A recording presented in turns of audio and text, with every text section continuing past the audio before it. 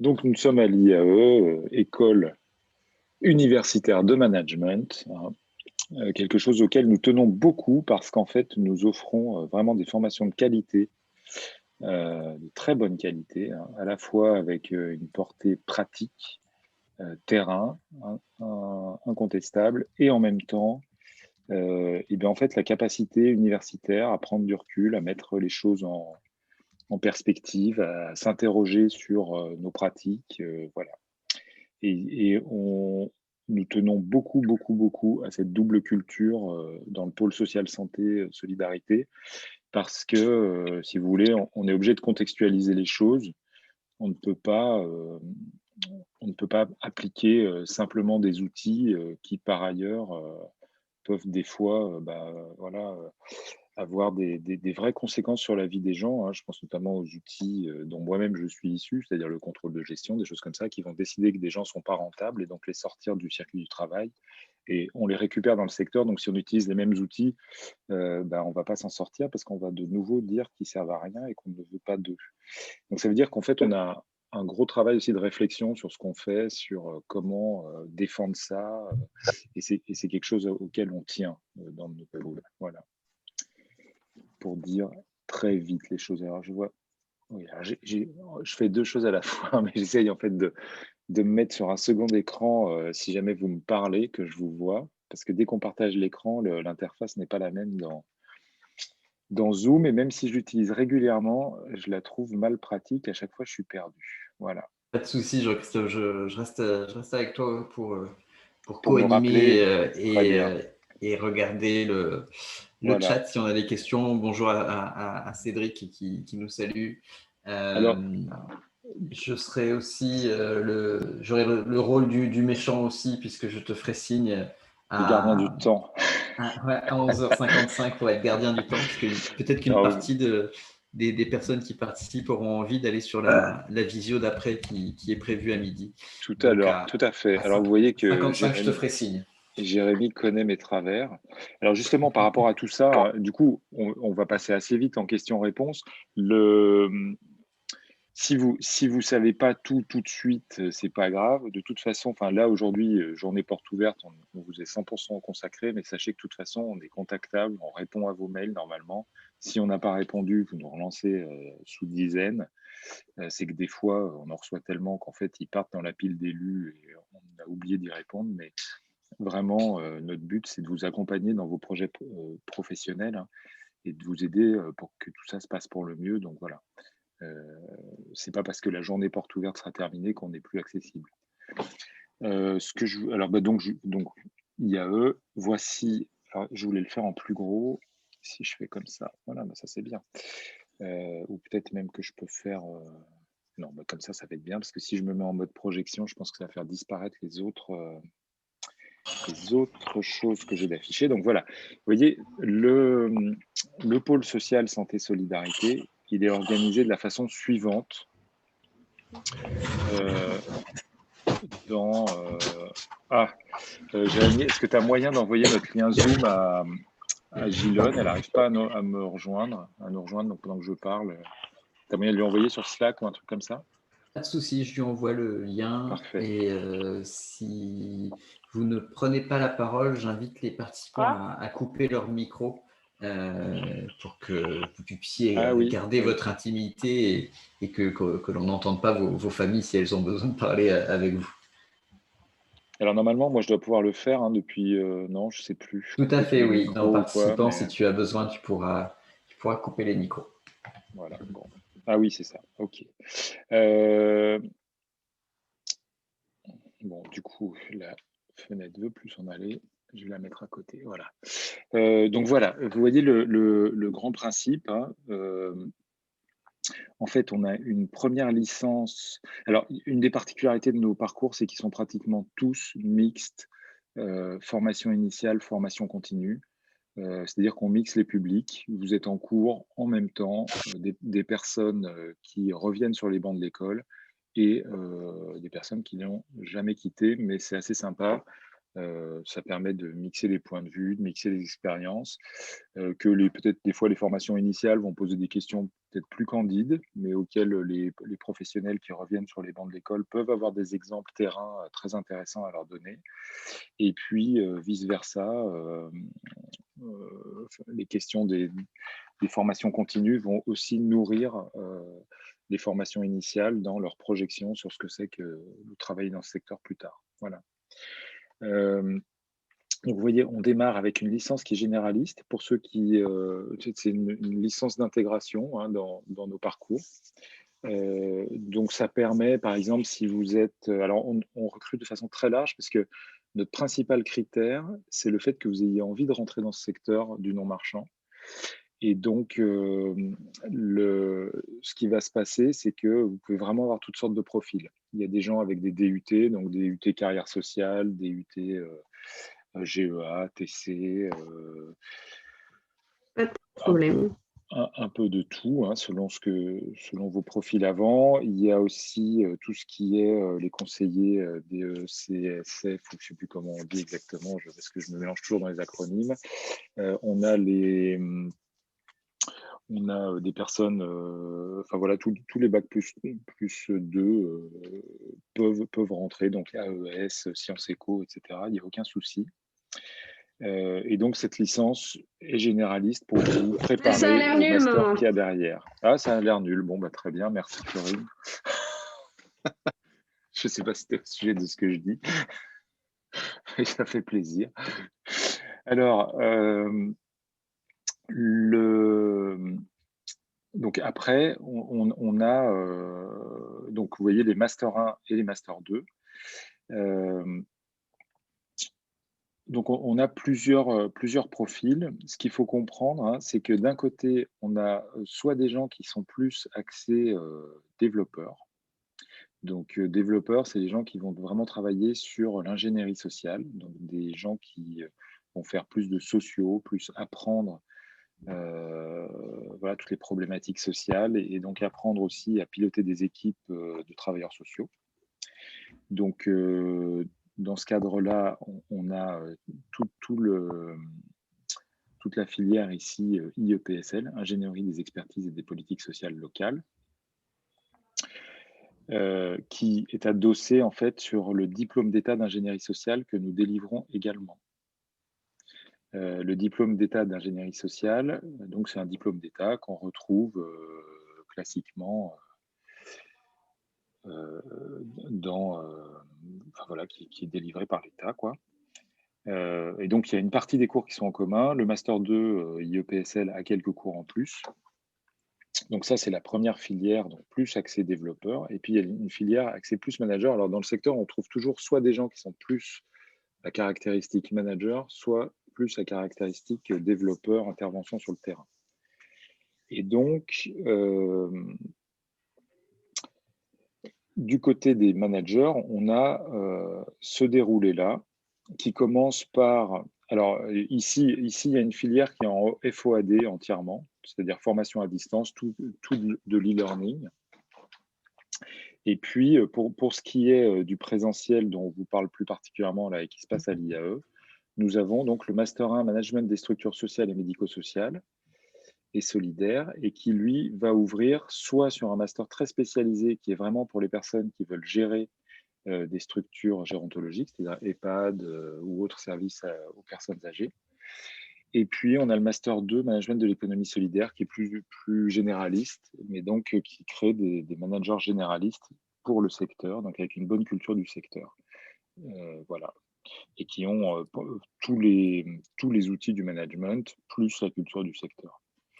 Voilà, en gros. Et dans les grands masters qu'il y a, nous avons aussi le Master MOS. Alors, il y a un Wawa qui est fâché. Marie, est-ce que vous pouvez fermer votre micro, s'il vous plaît, Marie? Merci.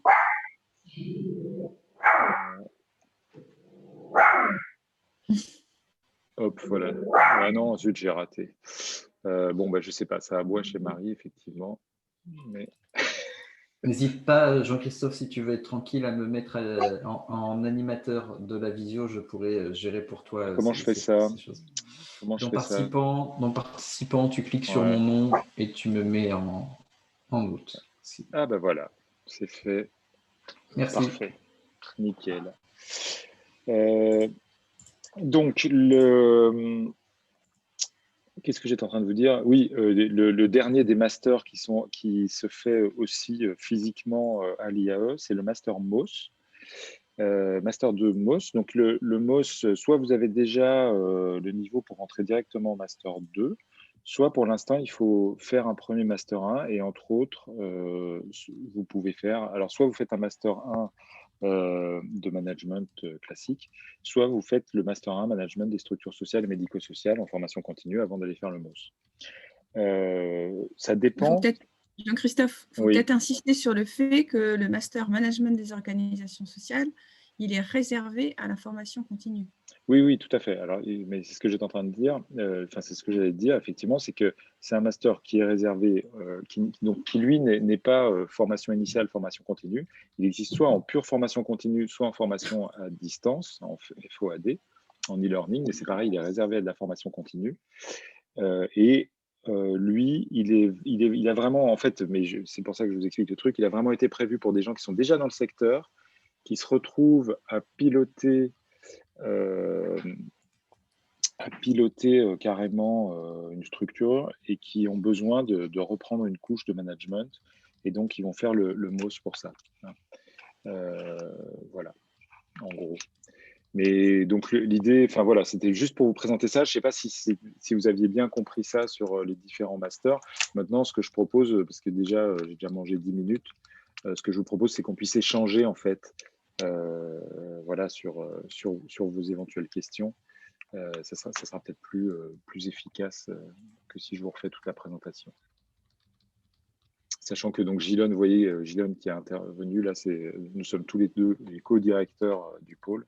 Et donc, avec cette double sensibilité, hein, Gilon plus sur la partie intervention, développeur, et moi sur la partie management. Alors, est-ce que vous avez des questions? Qui se lance? Qui pose la première? Jérémy, peut-être? Oui, je suis justement en train d'échanger avec une des participantes, Eva, qui est actuellement en terminale et qui se projette vers une carrière en psychomotricité. Oui, Kawens, on vous entend. Je me permets de couper votre micro. Et donc, Eva nous demandait autour de la psychomotricité si il y avait des formations qui pouvaient correspondre de notre côté. Psychomotricité, alors c'est-à-dire directement pour le métier de psychomotricien, non, ça on ne sait pas faire. Non. Enfin, là, c'est de la santé pure. Hein. Eva, je vous laisse ouvrir votre micro si vous voulez préciser votre projet d'étude.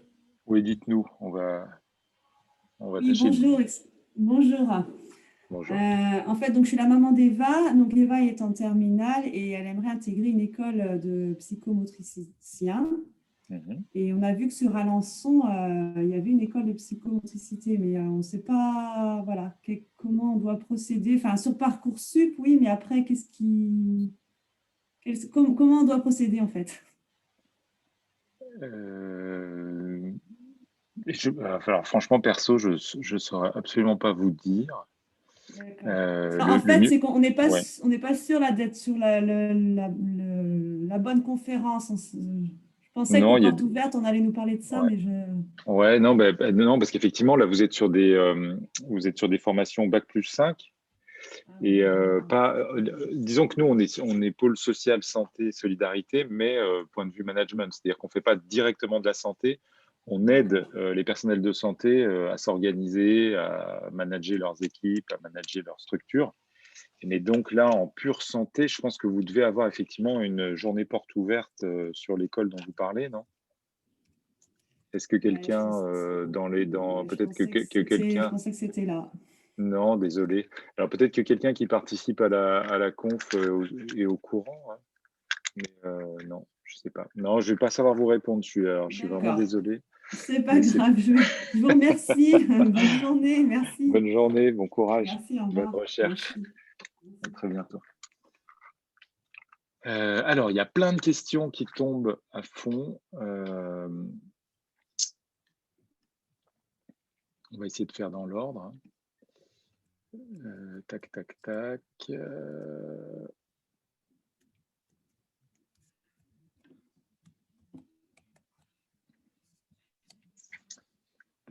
Alors, je vais essayer de les prendre dans l'ordre, hein. Donc, est-ce qu'il y a des, donc, première question, est-ce qu'il y a des doctorats suite au Master 2 à l'IAE? Oui, il y a moyen de faire un doctorat à l'IAE. Alors, c'est un doctorat qui sera plutôt axé management si vous le faites à l'IAE, mais je pense que vous pouvez aussi ouvrir vers de la socio, hein. Je pense, Gilone, si vous partez dans le labo de socio. Ou Ah je non, dis une non, non, non, bêtise. non. Non? Non, non, non. Non? Ah bon, bah, je dis Ne une seront bêtise. pris en doctorat de sociaux que les personnes qui ont fait un cursus en sociologie. D'accord. Donc, ce sera un doctorat management, sachant Voilà, que c'est ça. pour prolonger sur du management, il faudra faire un master recherche avant de démarrer sur sa thèse. C'est pas forcément un mal puisque les thèses, vous savez, aujourd'hui sont très. Enfin, voilà, faut arriver à faire sa thèse en 3 ans. Quand on dépasse, c'est assez mal vu, ça pose toutes sortes de problèmes. Donc, il faut vraiment envisager cette année de master 2 recherche comme presque une pré-thèse, c'est-à-dire vraiment travailler un mémoire qui est une première grosse marche pour votre thèse et avancer à fond dessus, hein. Donc voilà, mais en tout cas, oui, il y a des docteurs qui sortent de l'IAE de Caen, j'en fais partie. Voilà, si je peux vous rassurer. Alors, Hugo qui nous demande, très intéressé par le M1 MSSMS, pour ensuite faire le MESG, ok, mais venant d'une licence en droit privé, je me demande si cela me serait préjudiciable pour y rentrer ou poursuivre les Oui, matières alors ça, j'ai déjà proposées. répondu, Jean-Christophe, en Ah oui, disant j'ai pas que vu. D'accord. voilà, on accueille des étudiants de Oui. tout horizon, que ce soit des diplômés en droit, en psycho, en sociaux, des DUT, des DUT GEA, des BTS. Voilà, il n'y a pas de restriction. Par contre, tu as une question sur le contenu, la description du M1 MSSMS, hein. Il y a pas mal de personnes qui sont intéressées. Je pense que ce serait bien que tu puisses présenter ton M1. Ouais, ouais. Eh bien, du coup, enfin, parce que je ne les vois pas les questions. Donc, à quelle heure elle était la question qui pose le M1? En quoi consiste le Le M1? mémoire de Mémoire, M1? Ok. hein, et puis il y avait une autre question sur le contenu du M1 MS. Ok, alors oui, effectivement, je vois les deux. Alors pour le M1, mais ça marche aussi pour l'IEPSL. En fait, depuis quelques années, on a lancé un système. En fait, si vous voulez, quel que soit le master que vous choisissiez, enfin là dans les masters entre le MESG, le MES et le master de IEPSL, on vous demande en fin de master des mémoires un peu de type universitaire, mais pas complètement. Enfin, c'est-à-dire qu'à la fois dans ces mémoires-là, on veut qu'il y ait une vraie réflexion de votre part, c'est-à-dire une vraie recherche bibliographique avant, hein, une recherche de théorie, une mise en perspective de la problématique que vous avez. Mais dans la partie empirique, vous allez vraiment toucher des choses plutôt pratico-pratiques. Donc, il y a une espèce de double compétence. À la fois, savoir vraiment prendre du recul, s'appuyer sur des théories pour articuler sa pensée, et puis à côté, résoudre des problématiques que se pose le terrain. Et vous y arrivez pour la plupart très très bien. Mais donc depuis quelques années, on a mis au point un dispositif pédagogique parce qu'il y a quelques années, on vous demandait de commencer ce mémoire dès le M1. Et en fait, on s'apercevait que les étudiants qui avaient du mal à le faire en M1, ça continuait en M2 parce qu'on est plus ou moins en appétence avec ce type de travail. Et donc, on s'est dit qu'un meilleur moyen de vous accompagner là-dessus, c'était en M1 de le faire collectivement. C'est-à-dire que en début d'année, on choisit des thèmes. Alors, soit on les choisit, soit des fois, on a des partenaires extérieurs qui nous demandent de venir les aider à travailler sur telle ou telle question qui se pose. on fait un grand mix tous ensemble où on présente tous les différents thèmes auxquels on pense ou auxquels on nous a demandé de travailler. Et on se répartit dans des groupes, à chaque fois avec un enseignant-chercheur et 5-6 étudiants. Et on traite un premier mémoire comme ça en M1, mais collectivement. Alors ça a pour intérêt le fait que à la fois vous apprenez à faire un mémoire, vous voyez comment l'enseignant-chercheur fait, vous voyez comment le reste de l'équipe fait, ça vous permet de mixer vos connaissances en la matière et vos façons de faire. Et puis en même temps, puisque vous êtes sur des masters qui s'appellent management de quelque chose, vous avez une équipe à gérer avec toutes les problématiques liées à l'équipe, et c'est aussi un moyen de vous faire grandir en matière de gestion d'équipe. Donc double avantage. C'est des beaux mémoires que vous sortez de plus en plus.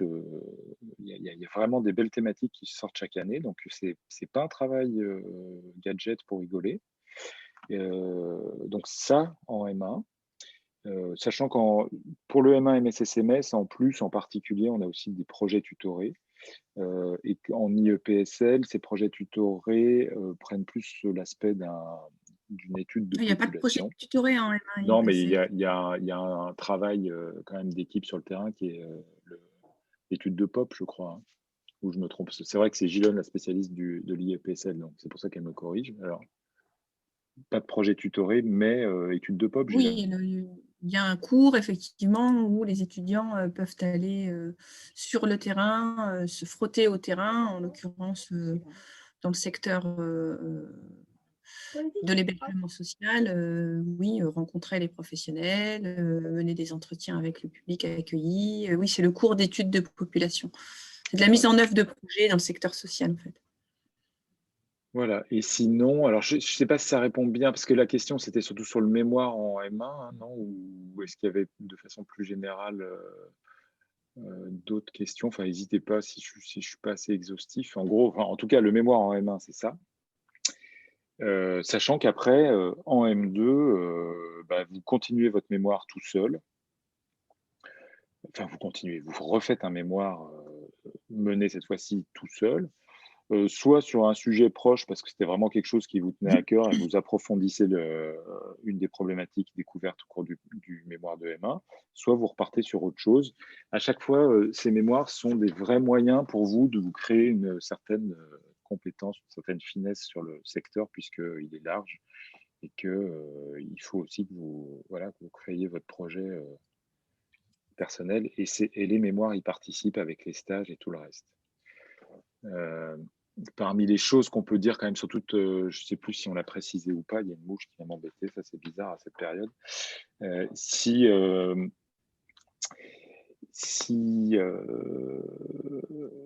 Oui, je ne sais pas si vous l'avez vu, mais en fait, tout le long, notre pédagogie est alternée, une semaine de cours, une semaine sans cours, et la semaine sans cours peut vous permettre de faire votre stage tout au long de l'année en alternance. Et donc, ça vous permet de cumuler plusieurs stages ou d'en faire un long, en tout cas d'observer des projets qui s'étalent tout au long de l'année. Et c'est aussi un moyen de vous créer votre connaissance propre et votre propre parcours dans ce secteur. Est-ce que ça répond à peu près? Je sais qu'il y avait une autre question sur le MES, il faut que je fasse gaffe parce que le temps tourne.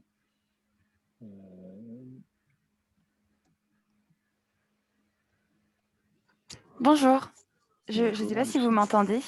Oui, Moi, si. j'avais une question, je me permets de prendre la parole. Je voulais savoir quels sont vos critères de sélection pour le Master 1 Management des structures sociales, médico-sociales et solidaires. Alors en fait, très, très, très bonne question. C'est vrai que c'est un truc qui se pose.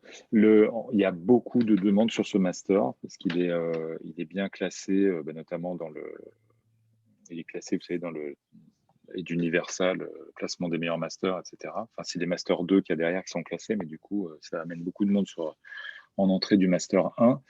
Et en fait, exactement comme pour les mémoires, on regarde tous les aspects, c'est-à-dire qu'à la fois on regarde vos compétences académiques, hein, c'est-à-dire les notes que vous avez eues au bac, les notes que vous avez eues sur votre licence, mais également quelles expériences vous avez déjà sur le terrain, et puis votre motivation pour rentrer, et tout ça, c'est le mix de tout ça qui fait qu'on vous classe plus ou moins haut dans la liste. Mais pour info, on a quand même, bon an, mal an, environ 160 dossiers pour une trentaine de places Donc, voilà, travaillez bien votre lettre de motivation. Enfin, soyez explicite, expliquez-nous bien pourquoi vous voulez venir, votre motivation. Tout ça, c'est important pour nous aider à faire le tri. Enfin, je ne sais pas si voilà, ça vous explique un peu comment ça marche. Merci beaucoup. Donc, c'est sur dossier. On ne fait pas d'entretien. En fait, on fait des entretiens avec vous que si dans ce qu'on détecte dans le dossier, on se pose des questions sur le fait que vous ne soyez pas trompé d'orientation. Par exemple, des fois, on voit des gens qui sont intéressés par de la GRH, mais comme ça s'appelle social, pensent que c'est la même chose que de venir chez nous. Et là, on préfère faire un entretien avec l'étudiant pour vérifier est-ce que c'est parce qu'il a mal formulé les choses ou est-ce que c'est parce qu'il se trompe et qu'il est en train de ne pas s'orienter vers les bonnes choses et l'aider à repartir vers les bonnes choses, quoi. Voilà. Mais sinon, on ne fait pas systématiquement des entretiens. Voilà.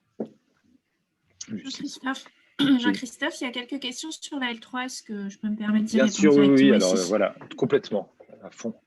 Donc, Cécile Plesser, responsable pédagogique de la L3. J'ai vu qu'il y avait quelques questions concernant les critères de sélection et aussi le pourcentage de candidats retenus. Donc, sur les critères prépondérants, comme l'a précisé Gilles Deken tout à l'heure, hein, on accepte des étudiants de tout horizon. On va se concentrer sur votre projet professionnel, sur votre projet de formation et sur votre projet professionnel. Donc, que vous veniez de BTS, d'IUT, GEA, carrière sociale, de l'université en socio, psycho, STAPS, droit. Voilà, si derrière, il y a un projet cohérent qui est bien explicité dans la lettre de motivation, il ne faut pas être freiné par votre formation de Bac+2. Si vous avez des questions plus précises, vous n'hésitez pas, soit dans la journée à me demander un Zoom, soit à m'envoyer un mail. Et puis, pour la question, est-ce qu'on refuse beaucoup de personnes? Donc, à titre d'exemple, l'année dernière, on avait une centaine de candidatures et il y a 35 places sur la L3. Donc, ça faisait un bon tiers de prix. Voilà, je crois que j'ai répondu à toutes les questions en une seule fois. Pour répondre à Chloé, si je ne me trompe pas, e-candidat, c'est à partir du 23 avril, pendant 3 semaines. Moi, je vais peut-être prendre rapidement la parole pour l'IEPSL, Jean-Christophe. Oui. Mais je ne sais pas, j'entendais quelqu'un d'autre qui parlait. C'était qui? C'était Cécile? C'était moi. Non, c'était moi. C'était à partir du 26 avril. Ah, 26 avril. Ah, bah, très bien, Pris, merci. Pour quel diplôme? Oui. Parce que le 26 avril... 26, je crois que c'est pour tous. On a mis tout le monde à la même date, il me semble, non, Priscilla? Non, ce n'est pas les mêmes dates pour la L3. Ah, non, pas du tout. Pour la L3, c'est du 1er avril. Voilà, c'est tout le mois d'avril. Donc, ne dépassez pas cette date, sinon bien, le logiciel se ferme et puis c'est trop tard. Donc, pour candidater sur la L3, c'est tout le mois d'avril à compter du 1er. Et il n'y a pas de passage de test score cette année dû à la pandémie et aux conditions qui ne sont pas réunies pour vous faire passer le test. Je me permets de me faufiler. On arrête bientôt. Non, dans pas 2 de minutes. souci. C'était juste pour prévenir les étudiants qui voudraient participer à la conférence de midi, qui peuvent nous y rejoindre. De mon côté, je vous souhaite une bonne journée. Je vais aller animer cette visio, mais vous pouvez toutes et tous rester on a le droit de continuer. Gilles et Cécile, vous êtes entre de bonnes mains. Bonne porte ouverte à toutes et à tous et à bientôt. Merci beaucoup, Jérémy, à tout à l'heure. Oui, donc oui, effectivement, si vous ne voulez pas partir sur l'autre conf, on peut continuer sans problème. Ça dépend. Moi, je voulais juste répondre sur l'IEPSL, Jean-Christophe. Oui, vas-y.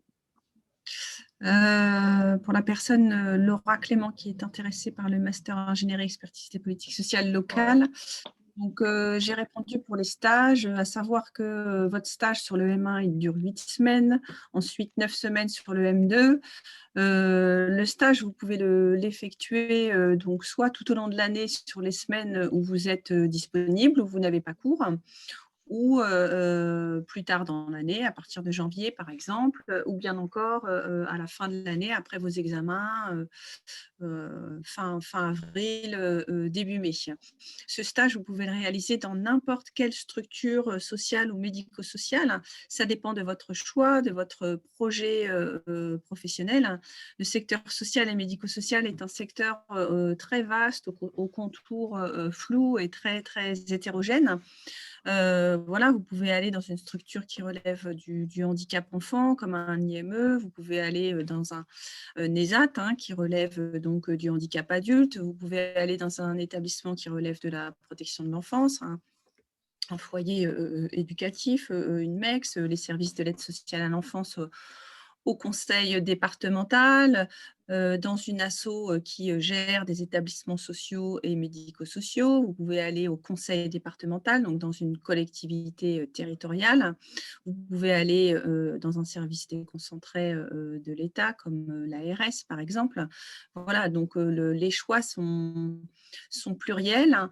C'est vraiment en lien avec votre projet professionnel, le secteur en particulier qui vous intéresse dans le monde social et médico-social. Ça, c'est vraiment important. Et puis, donc là, sur la question, ce master peut-il avoir pour vocation d'intégrer un service ressources humaines? Non, pas forcément. En fait, le master IEPSL, il forme des cadres qu'on appelle des cadres développeurs, c'est-à-dire qui seront en charge de concevoir, d'élaborer des projets en lien avec les dispositifs et les politiques sociales. Voilà, donc vous êtes plutôt sur des postes de chargé de projet, chargé de mission, éventuellement chargé d'études dans un observatoire, par exemple l'observatoire de la protection de l'enfance au conseil départemental.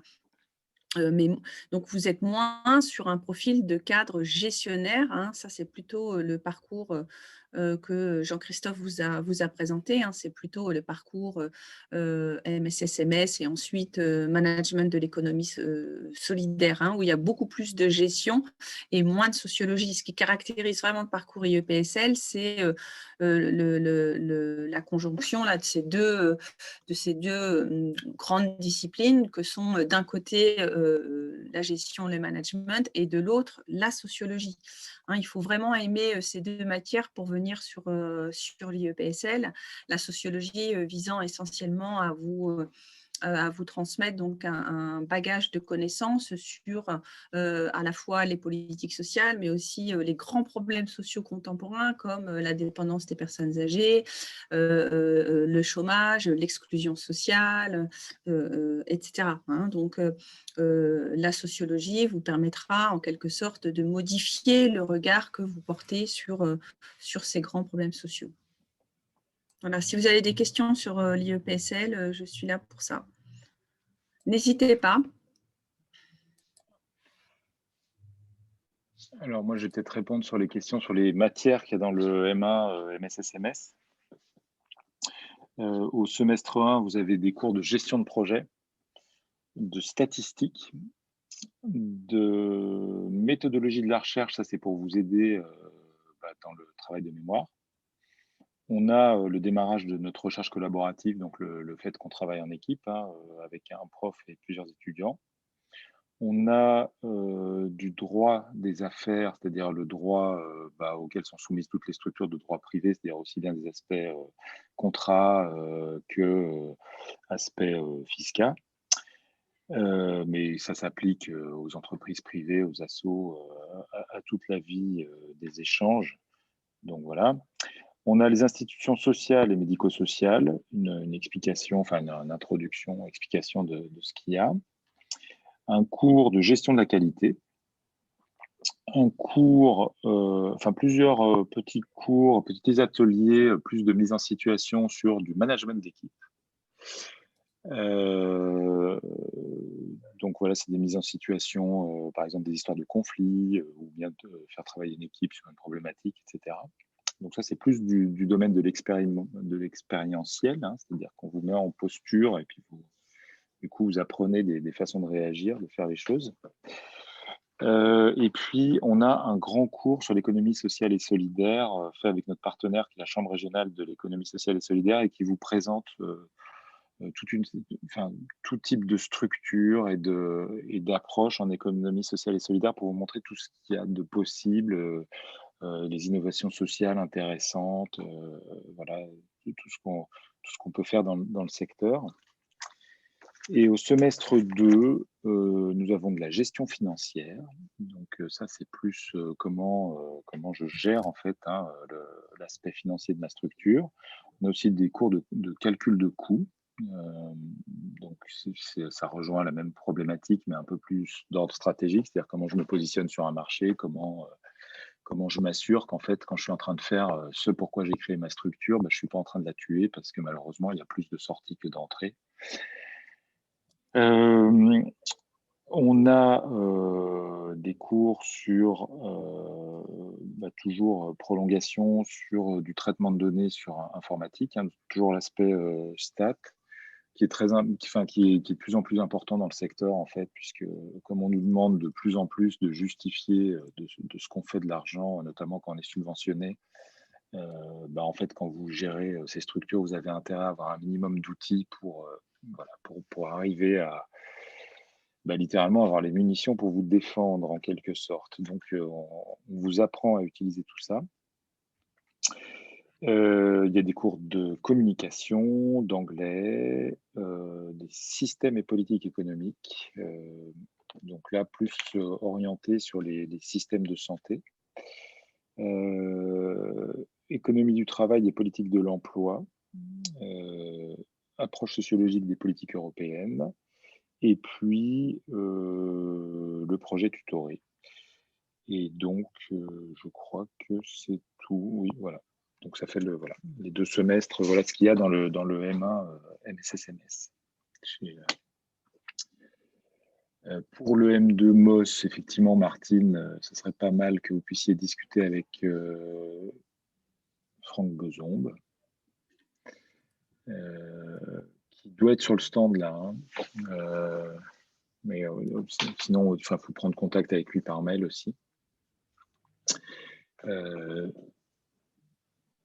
Et puis voilà, je sais pas, j'ai pas vu toutes les questions, alors peut-être que mes collègues ont des choses à répondre maintenant, parce que comme j'ai répondu sur la... Moi, j'ai répondu à pas mal de questions déjà. Je voulais dire 2 mots sur le M2 MSG. Donc 2 mots sur le parcours MSG, Management des établissements et des structures gérontologiques. Donc c'est le parcours de M2 que vous pouvez faire après avoir effectué le M1 MSS MS que vient de vous présenter Jean-Christophe. Ce parcours de M2, comme Jean-Christophe l'a dit, il est très spécifique, hein, et donc il vous forme dans le secteur de la gérontologie, donc l'accompagnement et la prise en charge des personnes vieillissantes dépendantes. Et donc, il débouche sur des emplois en général de directeur adjoint, le plus souvent directeur adjoint d'EHPAD ou de résidence autonomie, également de résidence senior, résidence senior qui n'est pas un établissement médico-social, hein, en fait, contrairement à la résidence autonomie et à l'EHPAD. Il y a aussi certains étudiants qui deviennent responsables qualité dans les EHPAD ou cadres administratifs dans les EHPAD, sachant que l'EM2 vous permet de travailler dans le secteur privé. Les EHPAD, les structures d'hébergement pour personnes âgées privées, donc qui relèvent pour certaines de grands groupes, comme Corian, etc., ou pas de grands groupes. Donc, ce sont des EHPAD à but commercial. Vous avez aussi des EHPAD privés, mais associatifs. Donc là, vous pouvez aussi tout à fait y travailler, gérés par des CCAS, mutualités, etc. Et puis, les EHPAD publics dans lesquels vous pouvez aussi postuler, mais pas les EHPAD sous support hospitalier. Pour ça, il vous faudra un autre diplôme, en l'occurrence le diplôme de directeur d'établissement médico-social qui est fait par l'École des hautes études en santé à Rennes. le master, ce parcours de M2 à MESG, il est très équilibré aussi, hein, c'est-à-dire qu'il est constitué d'un gros bloc d'enseignement en gérontologie, sociologie de la vieillesse, hygiène et sécurité, etc. Et d'un autre gros bloc en management, où vous faites effectivement, comme l'a dit Jean-Christophe, donc des ressources humaines, gestion des ressources humaines, droit du travail, et puis tout ce qui relève donc de la gestion financière. C'est un master, donc j'ai utilisé le terme équilibré, hein, ce parcours de master est ainsi qualifié par les étudiants qui l'ont effectué, c'est-à-dire que vous n'y faites pas que du management, hein, mais vous avez aussi donc tout un ensemble de connaissances sur la question du vieillissement individuel et collectif. Vous avez aussi un mémoire de recherche à dimension professionnelle à effectuer sur donc la thématique de votre choix. Voilà, à votre disposition aussi pour ceux qui sont intéressés par ce parcours de M2. Si vous avez des questions, n'hésitez pas.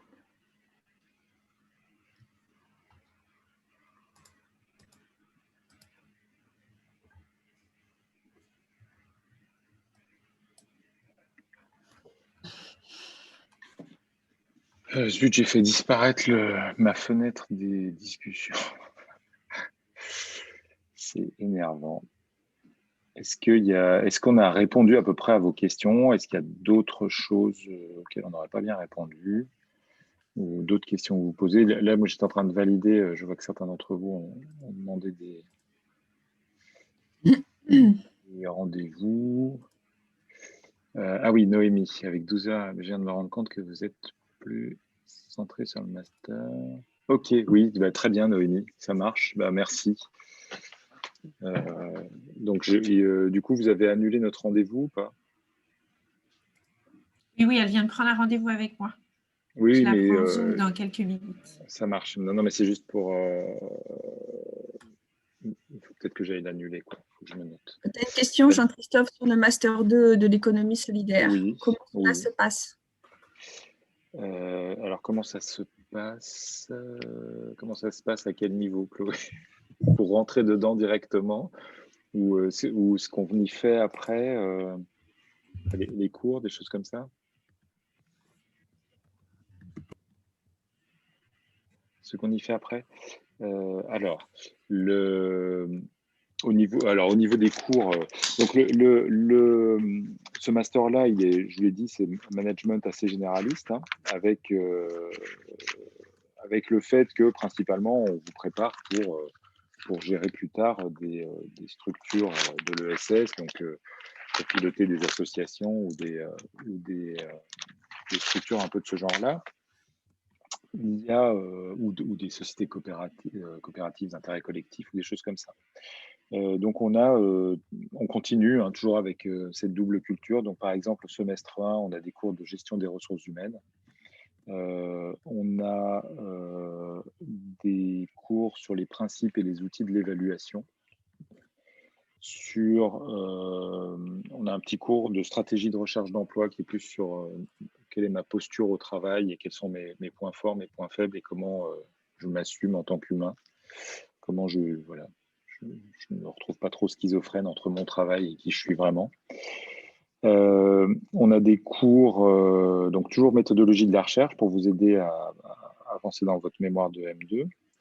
On a un cours d'anglais, un cours sur les méthodes d'évaluation économique, plus particulièrement axé santé. Alors, en fait, dans le MES, alors c'est vrai qu'il il y avait une question tout à l'heure à laquelle j'ai oublié de répondre.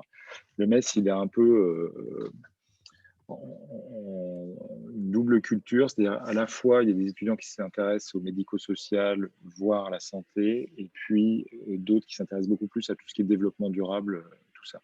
Alors, on essaie de nourrir les deux publics. Il n'y a pas forcément, c'est vrai que des fois, pour les étudiants, c'est pas évident que tout cela puisse se rejoindre, mais en fait, il y a quand même un certain continuum dans les valeurs, dans les façons de travailler, tout ça, dans tous ces aspects-là.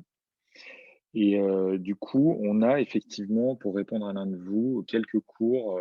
Alors, au travers de plusieurs cours, notamment dès le M1, les profs qui font, par exemple, le cours de gestion de projet, tout ça, sont très attentifs à la RSE. Et en Master 2, on a effectivement un petit cours sur les normes RSE, etc. Mais c'est vrai que c'est pas le cœur du MES. On en parle, on y pense, on y travaille, mais disons qu'on n'est pas ultra spécialiste du truc. Mais si on aime ça, on peut très bien creuser aussi la chose au travers des stages qu'on fait, etc., quoi. Donc ça dépend vraiment des appétences des étudiants. Là, dans les dernières promos, j'en ai eu beaucoup qui étaient très intéressés par tout ce qui est circuit court, choses comme ça, mais c'est pas de la RSE au sens normatif de la chose, en fait. Si vous voulez, si je peux vous donner mon point de vue personnel, j'ai toujours un peu de mal avec la RSE ou la RSO, parce que souvent, c'est surtout de la peinture verte sur des choses dont on sait qu'elles ne sont pas forcément durables et qu'elles ne font pas de bien à la planète. Donc c'est par rapport à ça que j'ai toujours un peu de mal à me positionner, mais si vous avez envie de faire avancer les problématiques liées à l'environnement, etc., le MES peut être un bon moyen d'avoir à la fois la culture du manager et à la fois se poser des questions sur quelles pratiques faire pour aller dans le bon sens, hein. Donc, il y a vraiment plein d'étudiants qui travaillent sur des sites, des sites qui font de l'économie circulaire, des choses comme ça, des ressourceries, et ça, il n'y a aucun souci, quoi. Mais c'est pas de la RSE au sens de la norme ISO 14000, quoi. Voilà, je sais pas si ça répond un petit peu à la question. Alors, je continue dans les cours parce que je suis parti de travers. On a toujours dans le cours donc, de la gestion de la qualité dans le médico-social. Alors là, c'est plus orienté santé aussi, hein. Mais ça permet de voir des applications purement métier, hein, alors que la gestion de la qualité qu'on fait en M1 est beaucoup plus basée sur la philosophie de la qualité. À quoi ça sert de faire de la qualité, d'avoir une culture qualité dans ma structure? C'est pas juste pour remplir des classeurs et faire plaisir à des auditeurs. Quand on fait ça, c'est très triste. La vraie raison de la qualité, en fait, c'est de réellement se tourner vers son usager et s'assurer qu'on répond au mieux à ses besoins. Donc fondamentalement, la qualité, c'est quelque chose de génial. Après, sa mise en œuvre peut être plus ou moins sympathique selon les structures. Et justement, c'est essayer de vous donner les clés et la compréhension de comment bien utiliser ma qualité pour faire grandir tout le monde, en fait, aussi bien mes équipes que ma structure, mieux répondre aux personnes qui ont besoin de ma structure et tout ça. Toujours dans les cours, qu'est-ce qu'on a d'autre? Droit et fiscalité des structures et des contrats de l'ESS. Donc là, c'est un cours de droit fait par une spécialiste, une avocate spécialiste des problématiques qu'on rencontre dans l'ESS. Donc dans certains cas, c'est tout simplement même sur des questions bêtes de prêt personnel entre structures qui peuvent vous créer des gros problèmes derrière avec des redressements fiscaux et tout. Donc comment on signe ces conventions-là, etc., pour pas se faire avoir. On a un cours contrôle de gestion et analyse de processus avec moi qui est se dire comment je peux améliorer, vérifier que ma structure fonctionne bien, enlever tout ce qui est inutile, chasser le gaspille. Qui est couplé d'ailleurs avec un cours qui s'appelle comptabilité des associations et audit interne qui est fait par des experts comptables qui, eux, vont vraiment vous donner le point de vue des experts comptables sur tout ce qu'il faut faire et ne pas faire quand on dirige une structure, hein, notamment les choses qu'il ne faut surtout pas faire pour pas vous pour pas vous rendre responsable sur vos deniers personnels d'une éventuelle malversation, hein, donc c'est important. On a un petit module super, que j'adore moi, qui est sur les sociétés coopératives et participatives, donc qui sont des structures de l'ESS, mais très particulières et très intéressantes à observer et à connaître, et dont font partie les sociétés coopératives d'intérêt collectif, hein, qui est un peu un nouveau format juridique. Qu'est-ce qu'on a d'autre? Toujours des ateliers de management agile, des choses comme ça. On fait aussi un jeu d'entreprise qui permet de bien voir tous les aspects financiers, stock, etc., qui permet vraiment de comprendre comment mes décisions stratégiques vont impacter mes comptes, ma trésorerie, et comment je gère tout ça. Et un cours aussi sur le management stratégique de l'économie sociale et solidaire, avec un peu de prise de recul, des nouvelles pratiques qu'on peut observer dans les nouvelles générations. Tout ça pour le semestre 1, vous voyez, il y a plein de choses.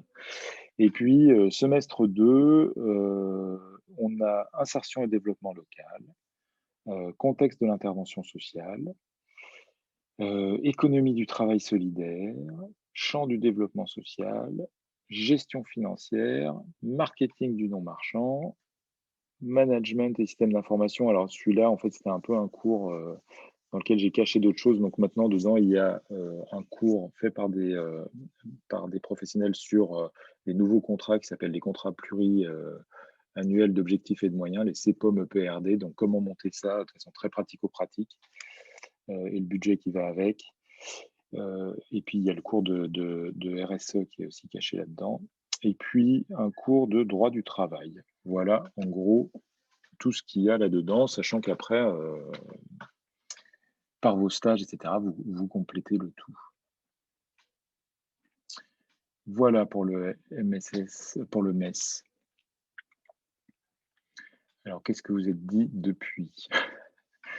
Puis du coup, les collègues, ils ont peut-être des choses à dire aussi par rapport à ce qu'ont demandé les étudiants.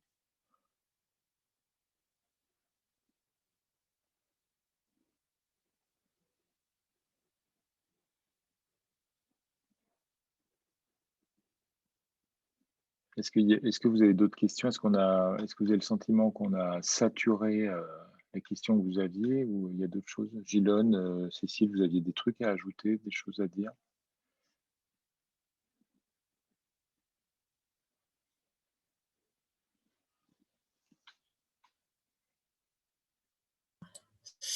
Oui, je n'avais pas allumé mon micro. J'étais en train de répondre à la personne là, qui est intéressée par le M2 MESG, donc Camille.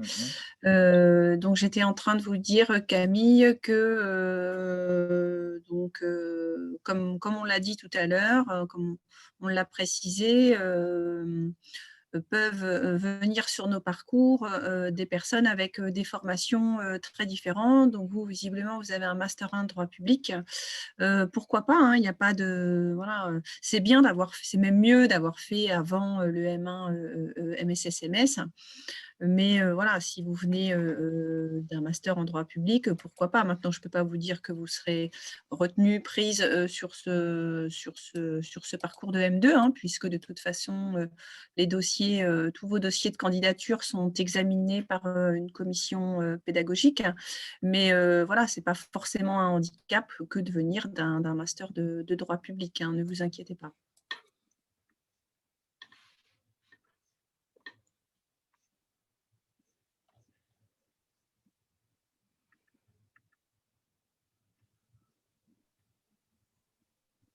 Bonjour, je me permets d'intervenir.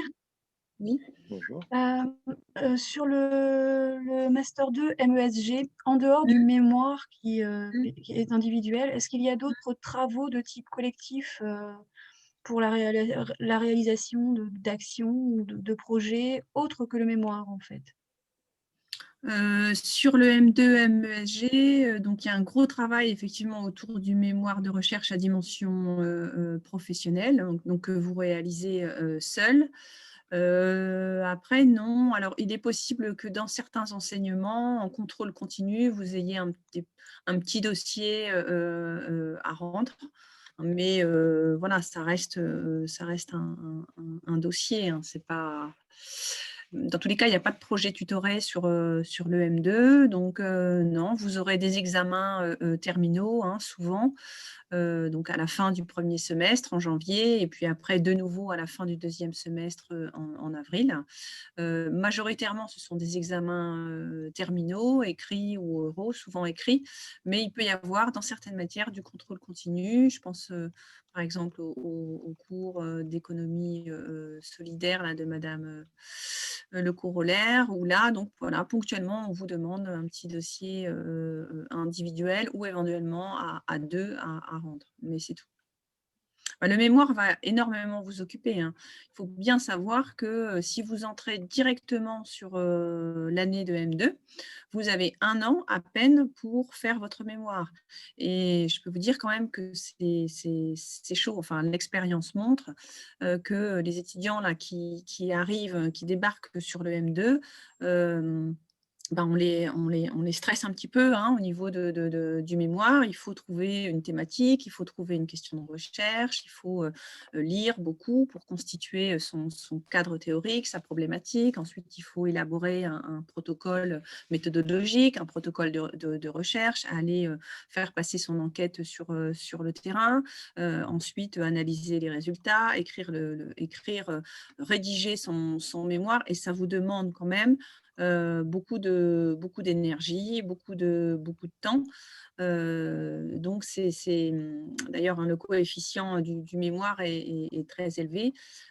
C'est un travail de recherche vraiment à dimension professionnelle, hein, c'est-à-dire que ça pourra vous servir ensuite en quelque sorte de carte de visite quand vous postulerez sur une structure où vous pourrez dire je suis en quelque sorte spécialiste de tel dispositif ou de telle question sur laquelle j'ai travaillé durant mon mémoire.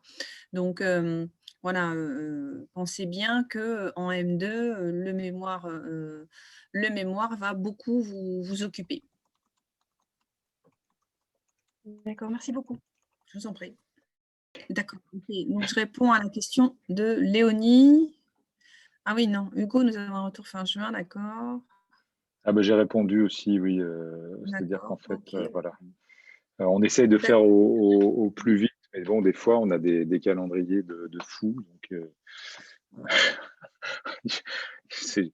mais de toute façon, le principe, c'est qu'on est obligé d'avoir eu déjà toutes les candidatures, parce que sinon, c'est pas équitable de répondre à certains alors qu'on ne sait pas toutes les demandes. Donc, une fois qu'on a toutes les candidatures, on répond au plus tard dans les 2 mois selon la date de la première candidature. Voilà. Dans tous les cas, vous aurez une réponse. Ah oui. Bien, s'il n'y a plus de questions, on peut peut-être mettre fin à la réunion. Oui, bien sûr, Hugo. Mon adresse, alors, je vous la mets là.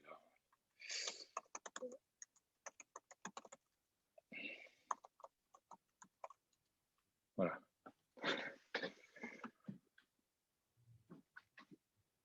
Mais vous retrouvez toutes nos adresses là, quand vous allez dans le site de l'IAE. Si vous allez sur les fiches diplômes, à chaque fois, vous avez l'adresse du responsable pédagogique et aussi de la responsable administrative qui travaille avec nous. Donc là, tout à l'heure, il y a Priscilla qui intervenait. Donc pour les L3, M1, c'est Priscilla. Quand c'est en M2, c'est Anne-Sophie. À chaque fois, vous avez nos 2 photos et puis nos emails pour nous contacter. OK. Est-ce que ça va pour tous? On lève cette réunion, ça vous va? Merci en tout cas pour vos questions, pour ces échanges. Merci à vous. Pour ces échanges nombreux et voilà. Et puis, voilà, n'hésitez pas à revenir vers nous effectivement quand vous avez des questions. Hein. Et merci pour tout. Du coup, je vais lever la session. Merci à vous et puis peut-être à bientôt à l'IAE. Voilà. Et puis d'ailleurs, oui, si vous avez encore si d'autres questions vous viennent, hein, vous pouvez encore prendre rendez-vous. Je pense qu'il y a encore quelques questions dans la contacter par mail aussi. C'est une possibilité encore aujourd'hui parce qu'on est là toute la journée pour vous. Vous êtes sûr qu'on est là. Voilà. Ok, eh bien, au revoir à tous. Au revoir, merci beaucoup. Au revoir. Bon appétit, oui, à tous. Au revoir.